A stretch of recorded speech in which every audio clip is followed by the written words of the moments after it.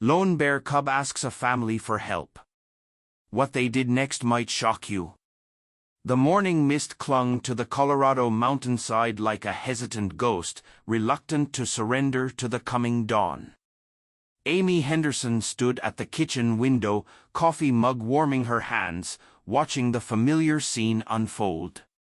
6 months into retirement, and she still found herself waking at 5:30 a.m., her body clock stubbornly fixed to the schedule of her 30-year teaching career. Behind her, Mike's slippered feet shuffled across the wooden floor. "Can't sleep?" he asked, voice still rough with dreams. "Just enjoying the quiet," Amy replied. Though the truth was more complicated. The quiet, the profound, all-encompassing silence of these mountains was both blessing and burden. After decades of classroom chaos, finger paints, and reading circles, the absence of children's voices had become a void she couldn't quite fill. Mike wrapped his arms around her waist, resting his chin on her shoulder. At 64, he was still solid, though his construction engineer's frame had softened around the edges. "Thought I'd head down to the stream today. Fish are biting early this time of year." Amy nodded, leaning back against him. "I'll try to work on Chapter 3. The novel she'd dreamed of writing for decades remained stubbornly stalled at page 47. The words came reluctantly, as if they too were disoriented by this new life. They stood together, watching the mist begin to lift from the pines. Their cabin, Mike's retirement project, lovingly constructed over 2 years of weekend trips before they moved permanently, sat in a small clearing surrounded by dense forest on 3 sides. It was everything they'd planned for: peaceful, remote, beautiful. Yet Amy couldn't shake the feeling that something essential was missing. A strange sound broke the morning stillness, a high-pitched whimper carried on the breeze. "Did you hear that?" Amy straightened, setting her mug down. Mike tilted his head, listening. "Probably just a fox. Or maybe a coyote pup." The sound came again, more insistent. Something about it pulled at Amy's heart. 30 years of responding to children in distress had wired her nervous system to react to such cries. "It's coming from the edge of the clearing," she said, already moving toward the door. Mike sighed but followed, grabbing a flashlight from the drawer. "Let me go first." They stepped onto the porch, the wooden boards cool beneath their feet. The mist had thinned enough to see the treeline where the orderly world of their clearing surrendered to wilderness. The whimpering continued, more desperate now. Amy wrapped her cardigan tighter around herself as they crossed the dew-heavy grass at the forest's edge. Mike swept the flashlight beam across the underbrush. The light caught something dark, huddled against a fallen log. "Oh my God," Amy whispered, instinctively moving forward. "Amy, wait," Mike cautioned. But she was already closing the distance. The creature was small, perhaps the size of a medium dog, its black fur matted with dirt and what looked disturbingly like blood. It lay partially hidden beneath a rotting log, its small chest heaving with rapid breaths. When it raised its head at their approach, Amy's heart stopped. "It's a bear cub," Mike said, his voice tight with concern. "We need to back away. The mother could be nearby." But Amy had already assessed the situation with the quick instinct of someone who'd spent decades monitoring playgrounds. "Look at him, Mike. He's alone. Starving." The cub's ribs were clearly visible beneath its dull fur. One paw appeared injured, and scratches crisscrossed its small body. When the cub saw them, it did something neither expected. Instead of retreating in fear, it dragged itself toward them with painful determination, emitting that heart-wrenching whimper. "That's not normal," Mike said, taking Amy's arm. "Wild animals don't approach humans like that." "He's dying," Amy replied simply. The cub's eyes, dark, intelligent, and filled with a pain that transcended species, met hers. In that moment, something shifted in Amy Henderson's heart, like a key turning in a lock she hadn't known existed. Back at the cabin, Mike made calls while Amy watched the cub from a safe distance. They'd managed to coax it into a large plastic storage container lined with towels, which they placed on the porch. "The Wildlife Rescue Center is overwhelmed," Mike reported, hanging up the phone. "Spring flooding damaged their facility. They can't take any new animals for at least 2 weeks." Amy nodded, unsurprised. Their remote location meant limited resources for everything, including wildlife emergencies. "They gave me the number for a local vet who specializes in wildlife," Mike continued. "Dr. Patricia Walters. I've left her a message." The cub had stopped whimpering, conserving what little energy it had left. Its eyes followed Amy's movements with an unsettling awareness. "He needs help now," Amy said. "We can't wait." Mike rubbed his face, the gesture familiar from decades of marriage.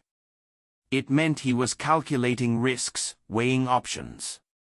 "Amy, we know nothing about caring for wildlife, especially not predators." "He's barely 3 months old," she countered. "And he's more scraped than predator right now." Before Mike could respond, the phone rang. Dr. Patricia Walters had a voice like weathered leather, rough around the edges but surprisingly warm. After listening to their description, she sighed heavily. "Normally I'd tell you to leave it be. Nature takes its course. But a cub that young, approaching humans, something's not right. Mother's probably dead." Her words were clipped. "Practical. I can't come out until tomorrow morning. If you want this cub to survive the night, you'll need to hydrate it. Diluted Pedialyte if you have it. No cow's milk, it'll make him sicker." "And then you'll take him?" Mike asked. A pause. "We'll see, Mr. Henderson. I'll be honest. The rehabilitation centers are full. The nearest sanctuary that could take a black bear is in Wyoming, and they're not accepting new animals until fall." "So what happens to him?" Amy asked, already dreading the answer. "Best case, I examine him, treat immediate issues, and we find a temporary solution until a placement opens up. Worst case." She left the sentence unfinished. Amy looked at the cub, its breathing shallow but persistent. "A fighter. What if we care for him temporarily?" Mike's head snapped up in alarm. Dr. Walters' laugh was short and sharp. "Mrs. Henderson, this isn't a stray kitten. This is a wild predator." "A dying predator," Amy corrected. "You said yourself there's nowhere for him to go." Another long pause. "Do you have any experience with wildlife rehabilitation?" "No," Amy admitted. "But I spent 30 years teaching children to read. I'm a quick study." To her surprise, Dr. Walters chuckled. "Teaching elementary school might actually be decent preparation for wildlife work. Both require patience and healthy boundaries." The vet sighed again. "If, and this is a big if, the cub survives the night and I determine he's a candidate for rehabilitation, we could discuss a temporary fostering arrangement. But there would be strict protocols. This isn't a pet project." "I understand," Amy said, ignoring Mike's incredulous expression. "I'll be there at 7 tomorrow. Keep him warm. Try the Pedialyte if he'll take it. And for God's sake, wear gloves if you handle him. Even a dying cub can carry parasites." After hanging up, Mike stared at his wife. "Have you lost your mind? We can't raise a bear." We're not raising him, Amy corrected. We're saving him. There's a difference. As dusk fell, the cub accepted small amounts of liquid from a turkey baster. Amy wore thick gardening gloves as instructed, maintaining what distance she could while tending to the desperate animal. When night came, she refused to bring the container inside despite the dropping temperature. He's wild, she reminded herself as much as Mike. We have to remember that. But as she lay in bed that night, listening to the occasional whimpers from the porch, Amy found herself doing something she hadn't done in years, praying. Not formal prayers from her childhood church, but simple, desperate pleas, let him live. Let me help him. Let this matter. Dr. Patricia Walters arrived precisely at 7 the next morning, her ancient Subaru kicking up dust as it climbed their driveway. She emerged like a force of nature, tall, broad-shouldered, with silver hair cropped close to her scalp and deep lines etched around keen eyes. She wore hiking boots, cargo pants, and a fleece vest covered in dog hair and what appeared to be various bodily fluids. "Where's our patient?" she asked without preamble. The cub had survived the night but remained weak. Dr. Walters examined him with efficient, gentle hands, muttering occasionally. Male, approximately 3 months, severely dehydrated, malnourished. She checked his paws, eyes, and teeth. Some lacerations but nothing too deep. No signs of disease that I can see. Can he be saved? Amy asked, holding her breath. Dr. Walters sat back on her heels. He's stronger than he looks. Bears are remarkably resilient. She fixed Amy with a penetrating stare. The question isn't can he be saved, but should he be saved by you? What does that mean? It means rehabilitation isn't about saving an animal's life today. It's about giving it the tools to survive in the wild tomorrow. Walters gestured to the surrounding forest. That's his real home, not your porch. If you take this on, your job isn't to make him love you. It's to make sure he never needs you. The words stung, but Amy recognized their truth. I understand. Walters looked skeptical. Do you? Because most people don't. They see a cute cub and think teddy bear, not wild animal. They want to cuddle it, talk to it in baby voices, make it dependent. That's a death sentence for a bear. I won't do that, Amy promised. You'll need to wear gloves at all times. No cuddling. No comfort. Minimal human contact.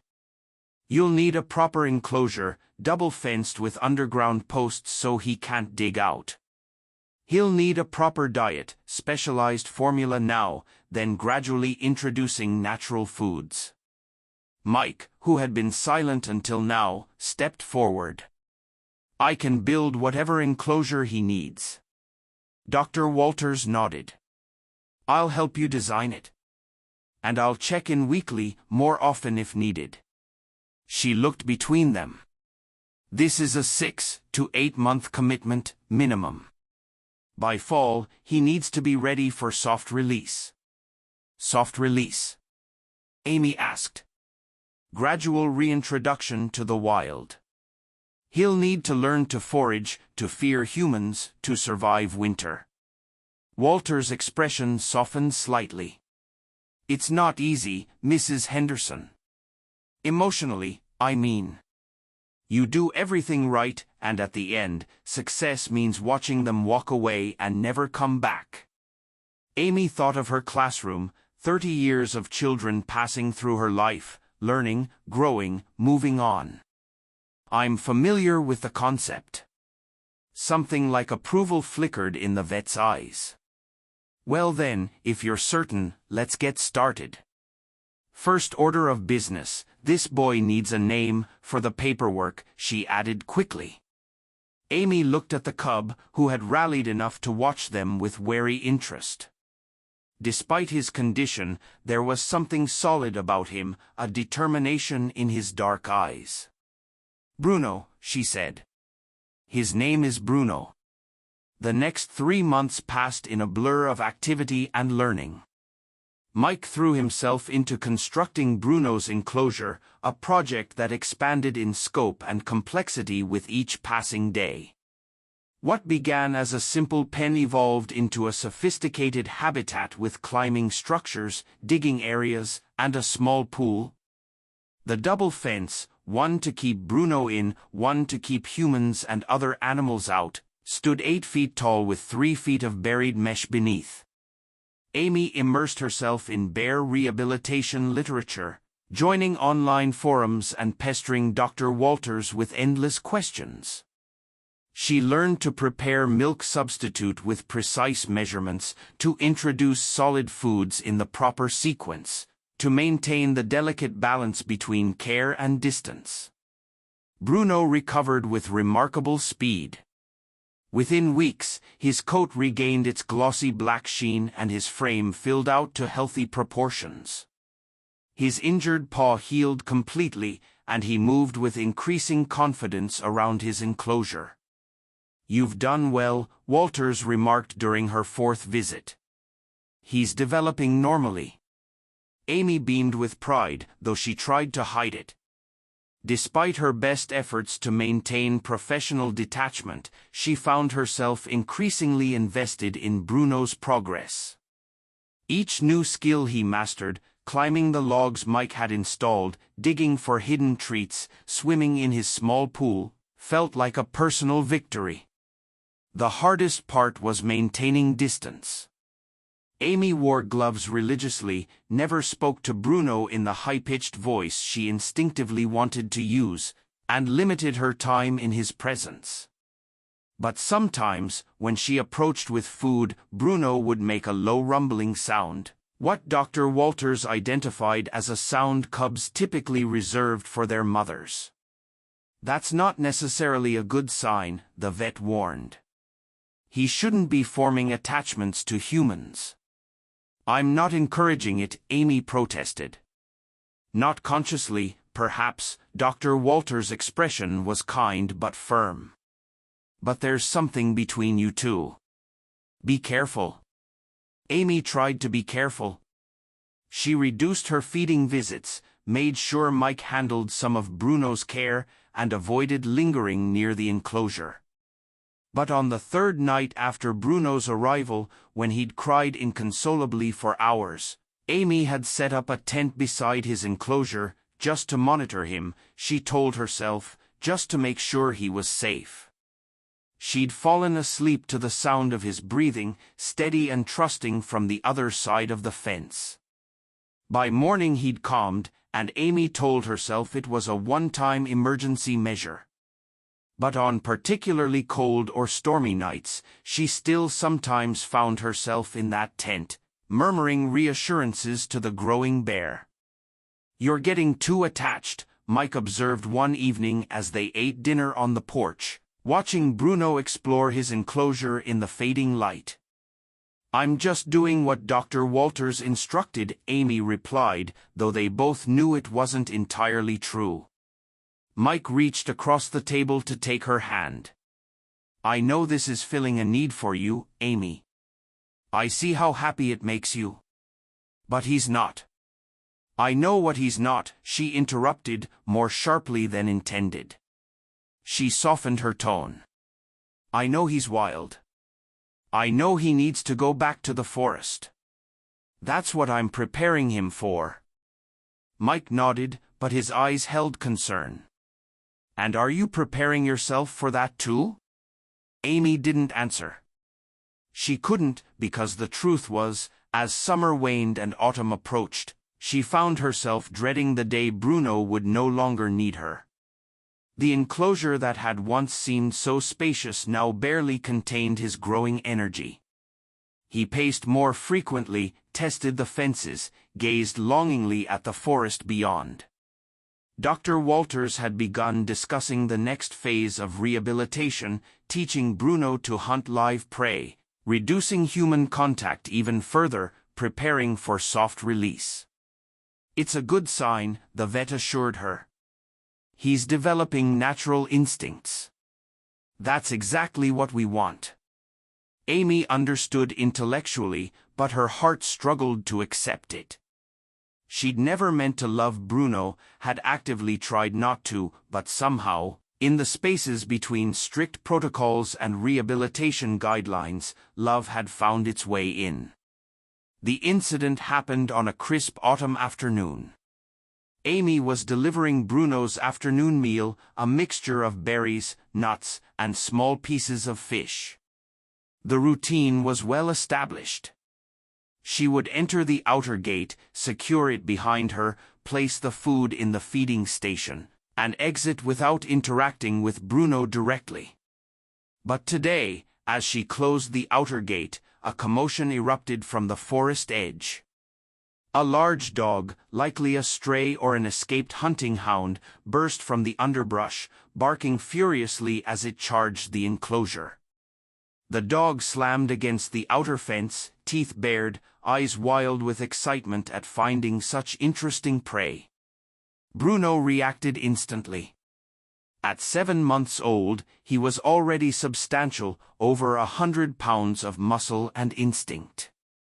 He roared, the first true roar Amy had heard from him, and charged toward the fence where the dog continued its assault.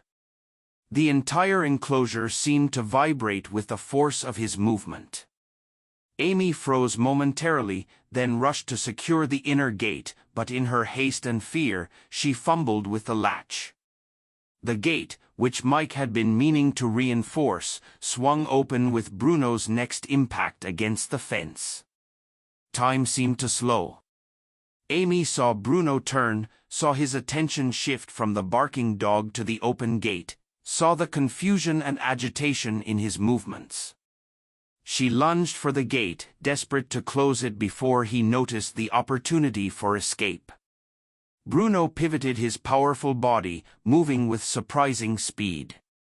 He wasn't charging at her, wasn't even looking at her, but in his panic and confusion, he collided with Amy's side, knocking her to the ground with the casual force of a wrecking ball. The impact drove the air from her lungs.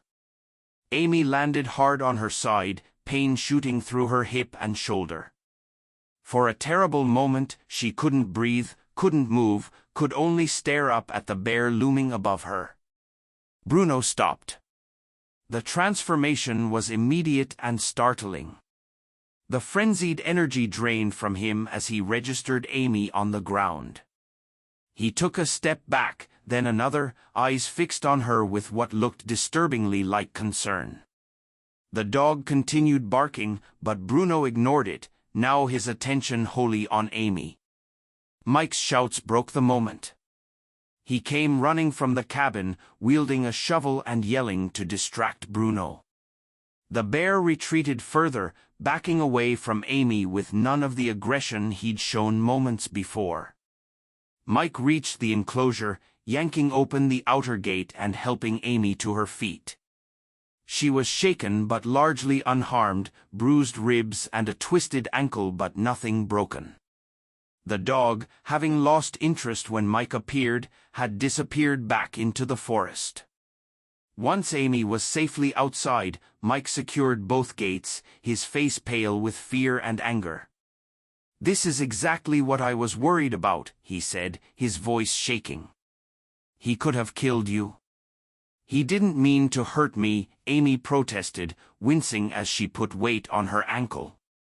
"He was scared of the well. It was an accident." "This time," Mike said grimly, "what about next time?" "He's getting bigger every day, Amy. Stronger, more wild." From the enclosure, Bruno watched them, his posture subdued.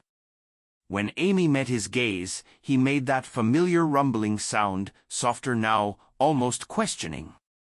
Dr. Walters arrived within the hour, summoned by Mike's urgent call. She examined Amy briefly, then turned her attention to Bruno, observing him from outside the enclosure. "He's showing appropriate bear behavior," she said finally. The aggression toward the dog was normal, the retreat when he realized he'd hurt you, that's actually a good sign of his intelligence. She turned to Amy. But Mike is right. This is a wake-up call. I was careless, Amy said. The gate. It's not about the gate, Dr. Walters interrupted gently. It's about what Bruno is becoming. He's starting to behave like a real bear now, and that's exactly what we hope for, even if it hurts. The words landed like stones in Amy's chest. So what now? Now we accelerate his preparation for release. Dr. Walters' tone was kind but firm. No more tent visits. No more direct feeding. We'll introduce more live prey, reduce human scent in his food. Start opening the enclosure to the forest for short periods. Amy nodded, blinking back unexpected tears. I understand. Do you? Walters asked, echoing their first conversation. Because this is the hardest part, Mrs. Henderson. This is where you have to love him enough to let him become what he's meant to be, even if that means he can't be part of your life anymore. That night, Amy sat on the porch long after Mike had gone to bed, watching Bruno's enclosure in the moonlight. The bear paced restlessly, occasionally standing on his hind legs to gaze at the forest beyond. He was magnificent now, strong, healthy, increasingly independent. Dr. Walters was right. If Amy truly loved him, she had to help him complete his journey back to the wild. The next morning she asked Mike to build a sliding gate on the far side of the enclosure, one that would open directly to the forest. While he worked, Amy began the difficult process of further distancing herself from Bruno. She prepared his food wearing scent-blocking clothing, left it when he wasn't watching, and stopped speaking to him entirely. When Dr. Walters brought live prey, first fish, then rabbits, Amy forced herself to watch as Bruno's natural hunting instincts emerged. He's doing beautifully, Dr. Walters assured her. His instincts are strong. The sliding gate was completed as the first snow dusted the mountains. Following Dr. Walters' instructions, they began leaving it open for short periods during the day, allowing Bruno to explore the forest edge while still having the security of the enclosure to return to. At first, he ventured only a few yards before scurrying back to familiar territory, but with each passing day, his explorations grew bolder and longer. Amy watched from the cabin window, her heart both swelling with pride and breaking with loss. One dusk in late November, Bruno left through the open gate and didn't return by nightfall. Amy paced the cabin anxiously, checking the window every few minutes despite the darkness. He's doing what he's supposed to do, Quick Boy Mike reminded her gently. This is success. Amy nodded, but sleep eluded her that night. She lay awake listening to the wind in the pines, imagining Bruno alone in the vast wilderness. To her immense relief, Bruno returned the next morning, ambling through the gate as if he'd never been gone. But something had changed. He moved differently, more confidently, more purposefully. When he saw Amy watching from a distance, he acknowledged her with a brief glance, then turned his attention to exploring his enclosure with new eyes. Over the next weeks, a pattern emerged. Bruno would leave for increasingly long periods, sometimes a full day, then 2 days, before returning to the enclosure. Sometimes he brought back evidence of his adventures, pine needles caught in his fur, mud from a stream they knew was nearly a mile away, once even the remains of a fish he'd clearly caught himself. He's creating a territory, Dr. Walters explained during her now monthly visit. Using the enclosure as a home base while he explores. It's textbook soft-release behavior. So he's doing well? Amy asked, unable to keep the hope from her voice. Extremely well. Better than I expected. The vet's weathered face softened. You've done good work here, Mrs. Henderson. Not many first-time rehabilitators achieve this level of success. The praise should have been gratifying, but Amy found herself fighting tears. When will he not come back? Dr. Walters shrugged. Hard to say. Could be tomorrow. Could be spring. Bears are individuals. Some make a clean break. Others gradually extend their territory until the enclosure becomes irrelevant. She studied Amy's face. The tracking collar will let us know he's safe even when he stops visiting. Amy nodded, grateful for the small GPS device Dr. Walters had fitted around Bruno's neck months earlier. It wasn't much, but it was something, a tenuous connection to the bear who had changed her life. Winter deepened. Bruno's visits became less frequent but didn't stop entirely. He would appear every few days, sometimes just to sleep in the familiar enclosure. Other times, to check the feeding station. Amy still maintained distance. His coat had grown thick and luxurious for winter, and his body had the solid, powerful build of a young adult bear. In January, a massive snowstorm blanketed the mountains. For 4 days, howling winds and heavy snow isolated the Hendersons' cabin. Amy checked the tracking collar data obsessively, watching Bruno's signal move through the forest, sometimes staying in one place for hours during the worst of the storm. On the 5th morning, as Mike cleared snow from the porch, he called for Amy. "You need to see this." She hurried outside, her heart leaping to her throat when she saw the enclosure. Bruno had returned. He lay curled in his favorite corner, his dark form nearly lost against the snow-covered ground. For one terrible moment, Amy feared the worst. But then she saw the steady rise and fall of his breathing. "He came home for the storm," she whispered. Mike put his arm around her shoulders. "He came back to a place he knows is safe. That's what matters." They watched in silence as Bruno slept, his massive body somehow still reminiscent of the fragile cub they had found nearly a year earlier. When he woke hours later, he seemed unsurprised to find them watching. He stretched, shook the snow from his coat, and ambled to the feeding station where Amy had left a generous offering. After eating, Bruno approached the fence nearest the cabin. For a long moment, he stood looking at Amy and Mike. Then he made that familiar rumbling sound, deeper now but unmistakable, before turning and walking calmly through the open gate into the forest. It was the last time they saw him that winter. Spring came to the mountains in fits and starts, warm days followed by sudden snowfall, then weeks of rain that swelled streams and coaxed wildflowers from the earth. Amy checked the tracking data less frequently now, taking comfort in the steady movement of the signal that indicated Bruno was alive and active. "His patterns suggest he's established a good territory," Dr. Walters said during her final official visit. "About 20 square miles centered about 3 miles northeast of here. That's excellent for a young male." "Will he hibernate next winter?" Amy asked. "Almost certainly.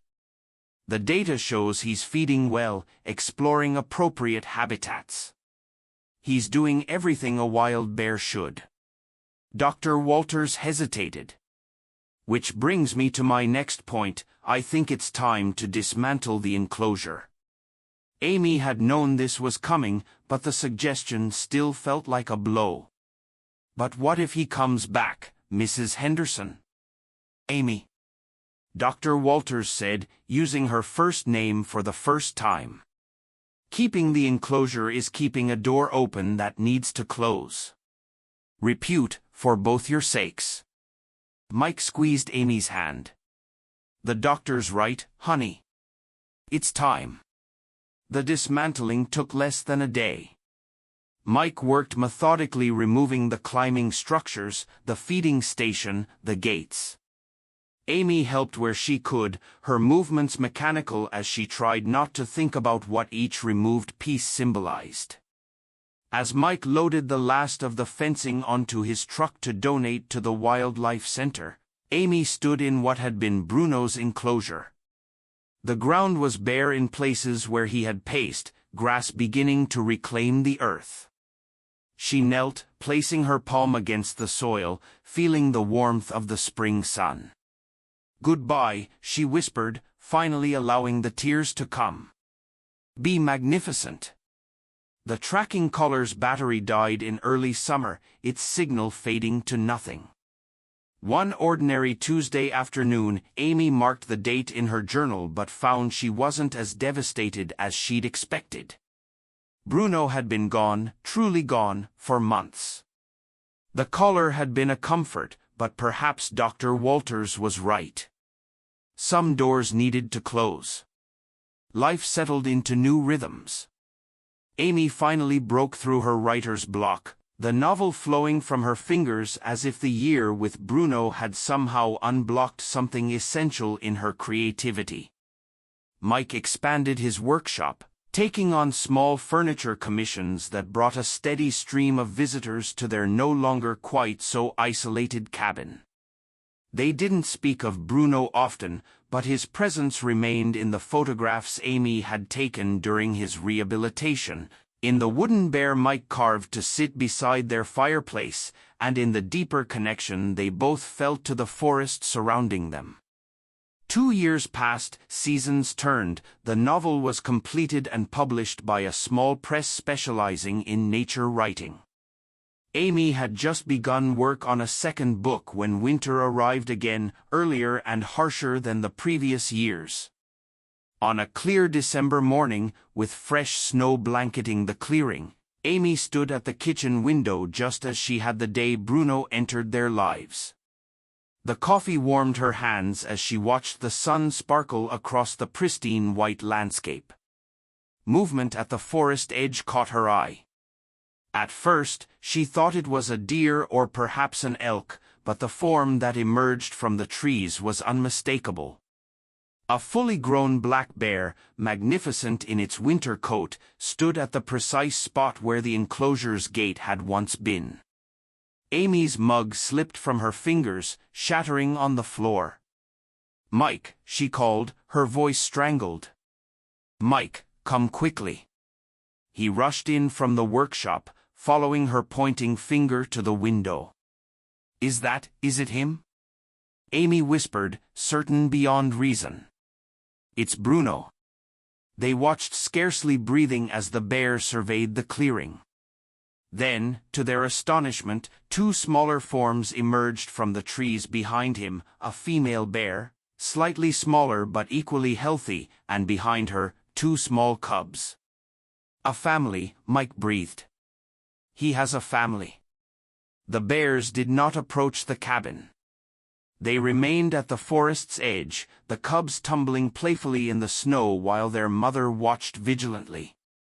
Bruno stood slightly apart, his attention fixed on the cabin where Amy and Mike stood transfixed. Then, in a gesture that would replay in Amy's mind for years to come, Bruno rose briefly onto his hind legs.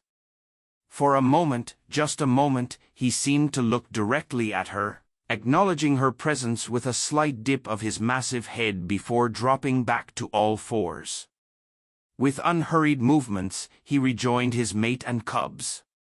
The family lingered a few minutes longer, then melted back into the forest as silently as they had appeared. Amy found herself sobbing, not from sorrow but from a joy so profound it bordered on pain. Mike's arms encircled her, his own eyes wet with tears. "I'm exactly where I belong," Amy whispered, the words coming from some deep place of certainty. "And so is he." Bruno hadn't just survived, he had thrived, becoming exactly what nature intended. And in helping him find his way back to the wild, Amy had discovered something equally important. that love wasn't always about holding on.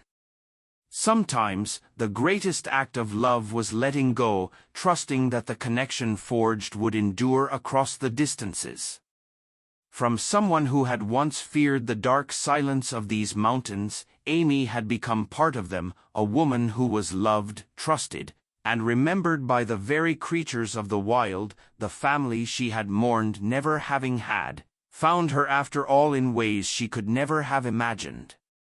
As snow began to fall again, softly erasing the bear's tracks, Amy turned to her husband. "I know what my next book will be about." Mike smiled, understanding immediately. "I think the world needs that story."